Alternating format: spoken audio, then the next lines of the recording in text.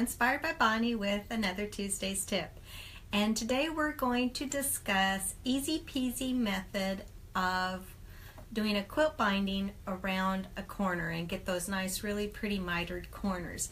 Several of you asked about that when we did the joining the ends of bindings last Tuesday, and so we're kind of continuing that little conversation. I know my head's cut off a little bit here, but more importantly, we need you to see what I'm sewing on here at the machine, and we couldn't get both in, so my head lost. So anyway, if you're with us, go ahead and give us a shout and let me know you're here. I'm going to refresh the page on the computer so that I can see if you're here. And don't forget to follow and like our page so that you'll get notifications. I see that I'm there, and I see some starting to show up, so that's good. I wanted to remind you that we do have replays, so if you're not able to come and be with us live, we will have this replayed on the Facebook page under the videos tab. We'll also have it on YouTube as well as my Pinterest page. So I see some of you are showing up. Hi there. Glad to have you. I'm so happy that you took a little time out of your day to join me here. Again, we're going to discuss quilt bindings and how to get around the corners very easily and have that nice mitered corner that we all want. There's my dogs barking away. Someone must be walking down the street. Okay, so let's go ahead and get started. The first question is, sometimes we need to know how wide to cut the binding. I know this is kind of basic, but I thought we'll go ahead and cover it just in case. I cut mine 2.5 inches. I have been known to cut it 2 1/4 inches, and that's if I want a little bit thinner, or I shouldn't say not quite as wide a binding, and I want to use a true 1/4 inch edge seam as opposed to a little bit of a fatter 1/4 inch seam. But generally speaking, I use 2.5 inch. Also, you might want to go down to 2 1/4 on your binding if you're using an extremely thin batting. So those things kind of will factor into it. If you're using a really super duper thin binding, you might want to go down to 2 1/4. But otherwise, 2.5 inch binding seems to work really well. We do fold them in half, fold it in half, I should say, and press. And the reason I do that is because, well, the reason I should say a lot of us do it, it's something that, not something I came up with, but the reason they recommend that you fold it in half is because the edges of your quilts are where you get the most wear and tear. And so by folding it in half, you've made it a little sturdier so that it'll hold up over time.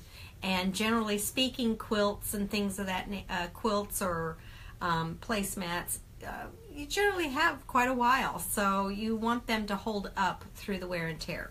So that's why they're double folded. 1/4 inch feet. Here's something that maybe some of you didn't know. Now, 1/4 inch feet come a lot of different ways. These are Baby Lock Brother 1/4 inch feet, but they seem to be pretty similar no matter which brand of machine you're using.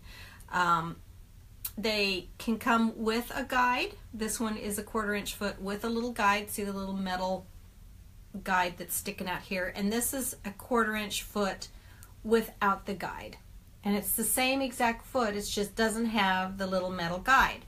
Now, some people prefer to use the 1/4 inch foot with the guide. They think it makes it easier to guide along the fabric, and some of us, I'm one of those, prefers to use the 1/4 inch foot without the guide. I think sometimes the guide can get bent, and for some reason, the way I sew and the way I look at the fabric, I get a better 1/4 inch seam without the guide. It's just how it works for me, but I do have both in my arsenal just in case. So try both and see which one works best for you. Like I said so many times before, we all sew a little bit differently. We all see things a little bit differently, so what works for one the best might not work for someone else the best. Okay, now on the 1/4 inch feet, and these are the same between the 2 feet, there are little markings. On one side, on my left side, it might be your right. Let me get this over here. I hope you can see it. On my left side, there's markings that are 1/4 inch apart. There's one directly across from the hole, and that is right in line with your needle. So if you're needing a better visual, those lines that go directly across the needle are right where the needle hits. Above and below on the left side are 1/4 inch away, either behind the needle or in front of the needle. On the right hand side, they are in 1/8 inch increments. So you have an 1/8 inch above, a 1/4 inch in front of the needle, or an 1/8 behind, and then a 1/4 inch behind the needle. This will come in handy when we're doing the corners for our binding. You want to pay more attention to the marks that are in front of the needle, the ones that are a 1/4 inch, which are right, my left finger's right on it. That is a 1/4 inch in front of the needle. Again, that'll come in important when we're doing our corner.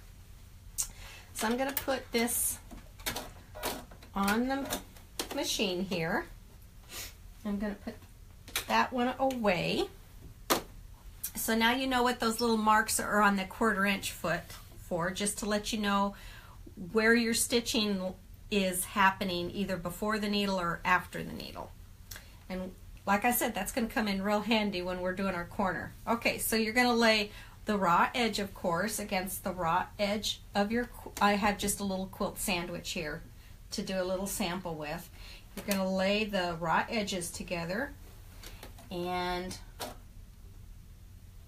I'm going to sew along the outer edge. If I were sewing, let me say that too.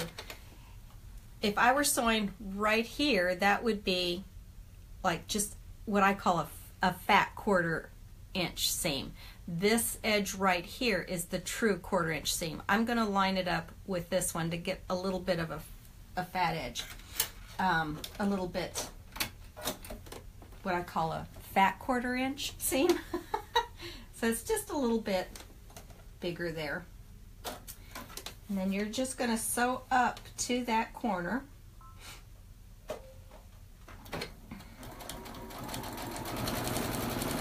And I hope you can see this. I'll get my left hand out of the way here.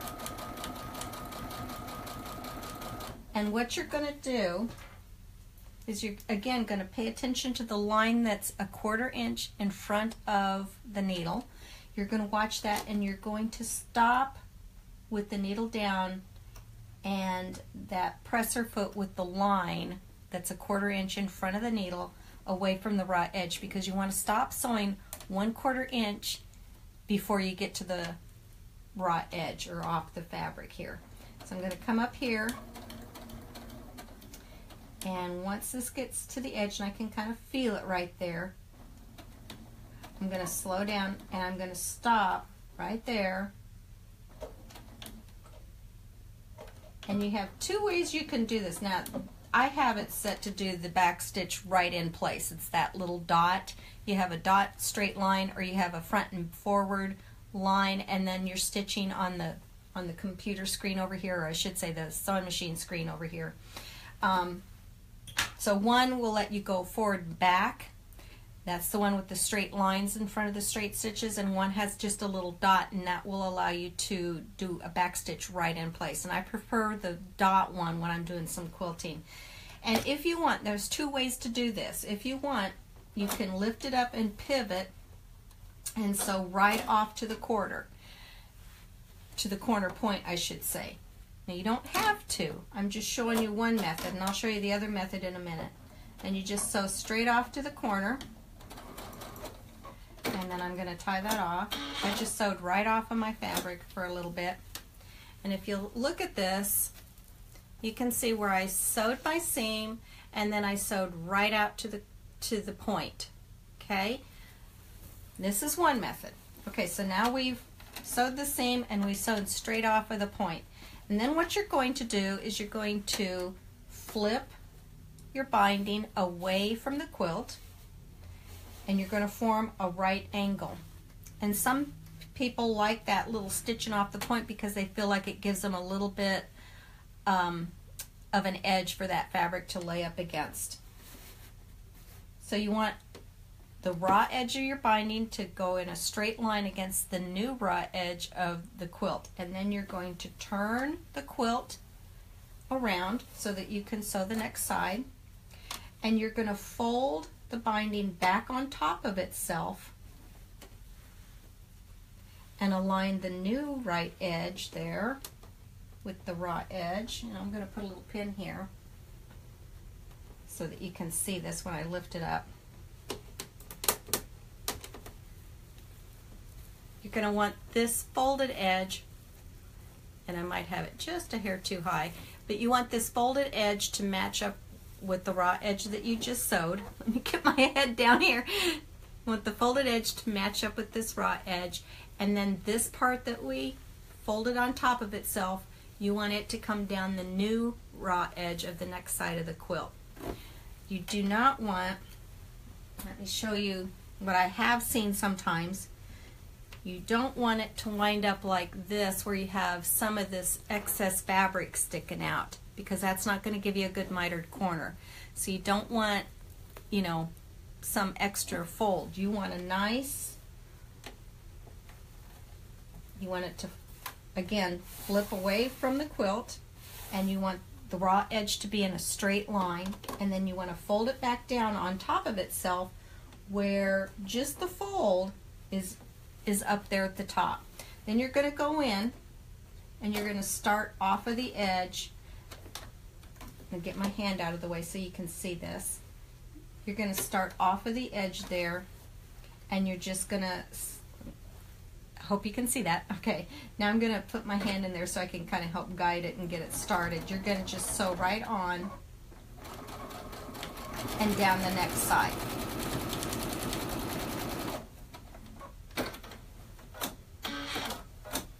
All right, so now you should wind up with something that looks like this, okay?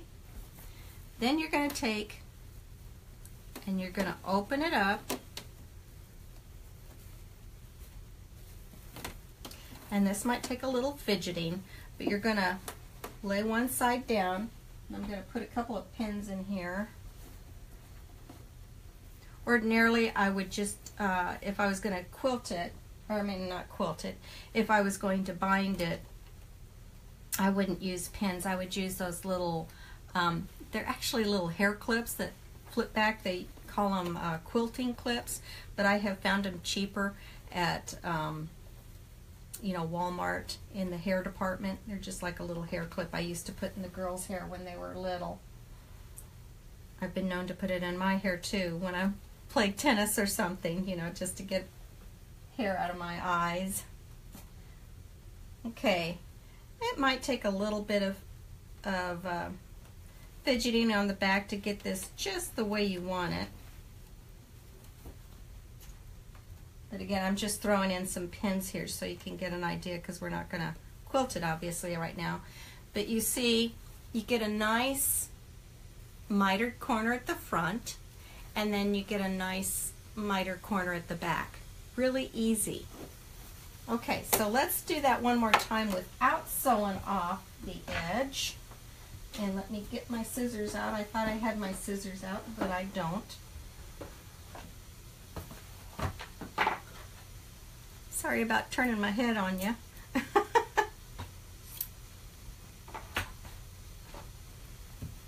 Okay, so we're going to do this one more time, but we're not going to sew off the edge. And either way works. The quilting police are not going to come and say, oh no, you didn't sew off to the point, and so that didn't work well.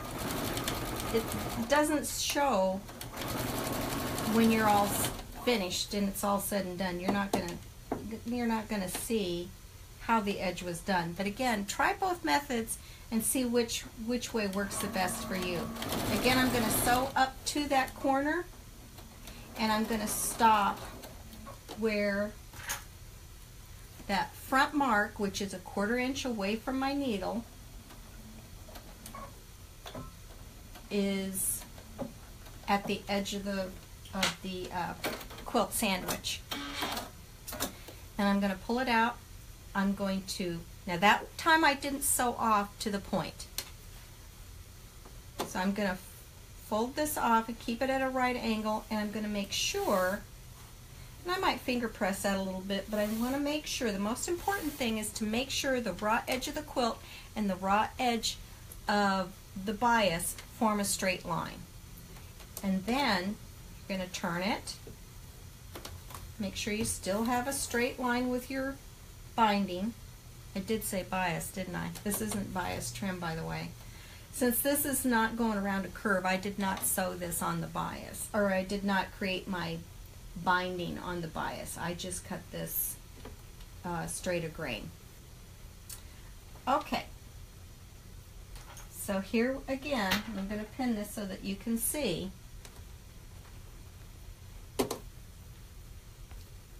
There, that was starting to peek out, which is what we don't want. We do not want that fabric to peek out. We want a nice square corner. You want the raw edge over here to match up, and you want the fold up here to match up. Okay? And then you're going to start off the edge of the fabric.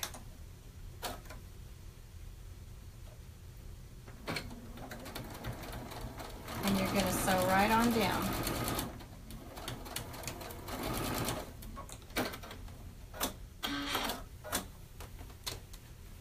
And again, you just open it up, wrap this around,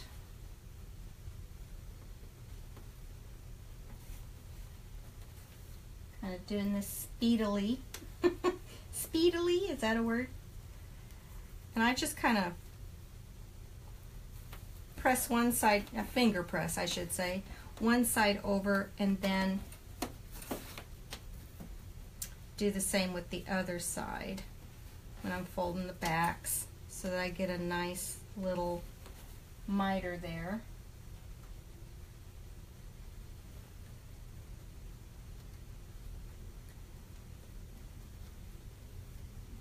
Pin in there.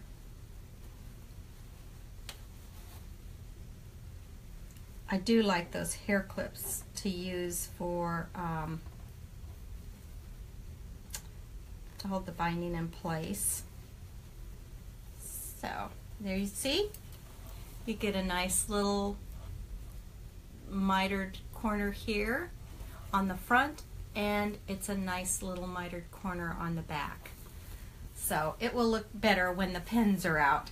But it's really easy using either of those methods to get yourself a really nice mitered corner with your binding. So just remember, you want to flip the binding away from the quilt. You want to, let me start over. You want to come down to within a 1/4 inch of the raw edge of the seam that you're sewing. Stop. You want to flip the binding away from the corner. Make sure that everything's in a nice straight line, and then you want to fold the binding back on top of itself with nothing sticking out on either edges. You want a nice straight 90-degree angle turned back over on itself, and when you get that nice angle, you'll get a really pretty miter. So we're going to see if we have any questions, and I'm going to come over here to the computer, and I might go ahead and move this so you can see me a little bit better instead of just the machine, and not have my head cut off. So let's see what we have for some questions here.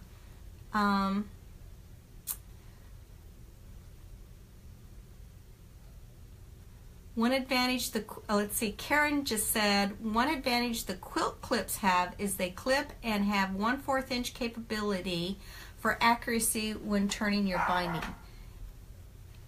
It helps me. That sounds like it would be very helpful. I like that idea. I'll have to look into that. Thanks, Karen. Lorraine said, oops, it's bouncing down. She said, I always wondered what the marks meant. Thank you for such a great lesson. Yeah, it's funny how we have all this help, and we don't realize it until we, until in my case, I opened a book and found out that that's what those marks were for. It's like, oh, well, that's good. You know, it's good information to know, and it really does come in handy in other places too. When you're sewing, you might just use it for the quilt binding, but there's other places when you're sewing, whether it be maybe top stitching or something, that you want to turn a corner at that, you know, right particular spot. Let's see.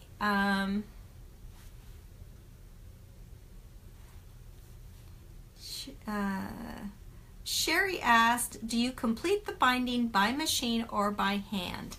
That's a great question, Sherry. I happen to like to do the handwork on the back side, so I have done both, and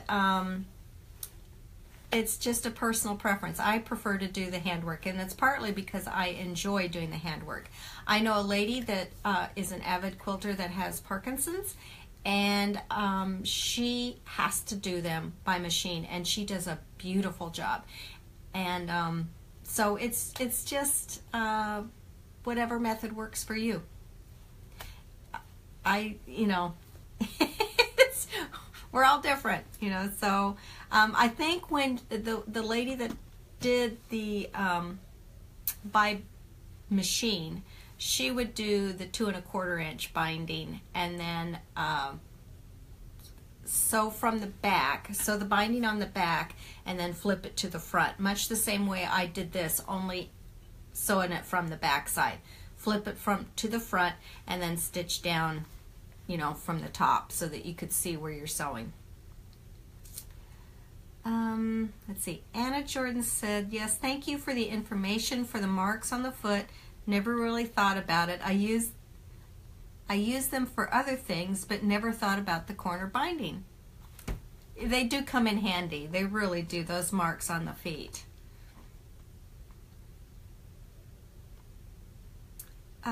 Sharon said, if you do the back sew on, would you use a 1/4 inch sewing from the front? Let me think about that. If you do the back sew on, would you use a 1/4 inch sewing from the front? If I'm sewing the binding on, I always sew the binding on the back first and flip it to the front if I'm going to sew it on. That's just my preference. Wish they had a mark on the walking foot like that. Let me look at the walking foot. I thought I guess it depends on the walking foot. Let me get my little box out here. I think it depends on the walking foot. I think some of the newer walking feet, well, no, there's the differential one. No, it doesn't. Oh, there is, I don't know if you have the Dream Machine or the Destiny, but on the this walking foot that comes with the Destiny or the Dream Machine, this particular one has a 1/4 inch foot that does have markings on it. So some of them do, not all of them, because this is the other standard foot for the walking foot, and I don't see any marks on that one, but that is not, it's just the differential feed foot. But some of them do, so be sure to look, because you might be surprised at what you will find as far as marks go and what's available there. So just never know. They keep changing things all the time. What used to be, they change. So that's good, because, you know, with our input of what we want, the companies do listen. So if we want marks on our walking foot, I'm sure that they'll start giving us marks on our walking feet. And I think that's an excellent idea. I think we should write in and tell them we want those marks on our walking feet as well. Anna said, okay, that one I've already read. I'm going to refresh the page, because sometimes I can't see all of the questions and all the comments, especially when it's in real time. I can always see everybody after the fact, but not always in real time. I think that's everything that I have seen so far as questions. But if you do have a question, please don't hesitate to jot it down here, and then I will answer it. I do watch these and answer them throughout the day or week, months. I do try to keep on top of them and answer them if you do have a question and not leave you hanging. So don't hesitate to leave a comment or a question if you're watching this as a replay even, because I will try my best to answer it. And if I don't answer it, surely someone on the group here will pipe in and maybe have some comments and ideas as well. I've always said we learn from each other. So I'm always learning from you guys, and I hope you learn a couple of new tricks from me. So I hope you've learned a few things on the quilt bindings and get some nice mitered corners without, you know, pulling your hair out. And I really do appreciate you spending a little time with me today, because I know you guys have a lot to do. Just, we're all busy, it seems, aren't we? So I really appreciate you taking some time and spending it with me to share some tips and tricks. And I hope you will join us with our newsletter. You can sign up for our newsletter at www.soinspiredbybonnie.com. We hand out a couple of freebies just for signing up, and you will get notifications of when we're doing our Tuesdays tips, what times, in case there was a time change, or specials, and just whatever we're having going on. So I hope you sign up. Again, thank you for joining us today, and I hope you learned something. So until next Tuesday, have a great time sewing. Bye-bye.